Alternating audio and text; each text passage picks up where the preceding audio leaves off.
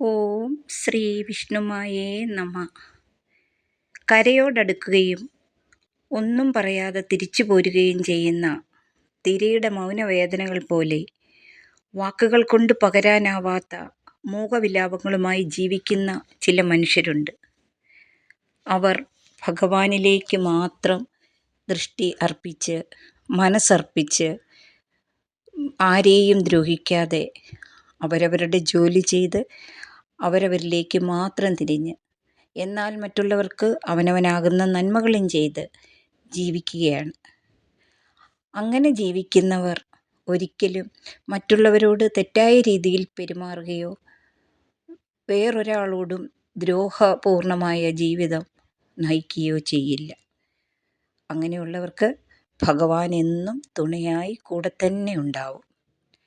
എല്ലാവരെയും വിഷ്ണുമായ സ്വാമി ഈ പ്രഭാതത്തിൽ അനുഗ്രഹം ചൊരിയട്ടെ എന്ന്